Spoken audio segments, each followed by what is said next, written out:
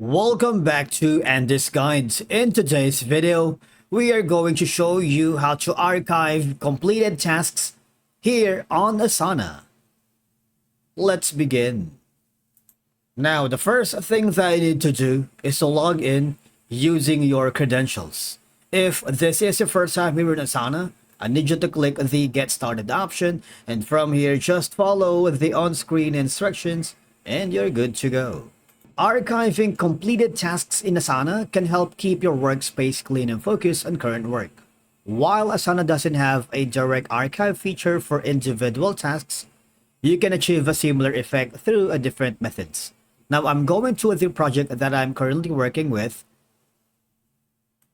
Now, if you are working with multiple freelancers or clients or within team members in an organization, archiving completed tasks can help your workspace uncluttered, allowing you and your team to focus on current and upcoming tasks.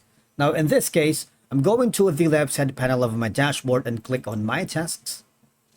All right, so here, basically, now in this scenario, this is a task that I have already completed.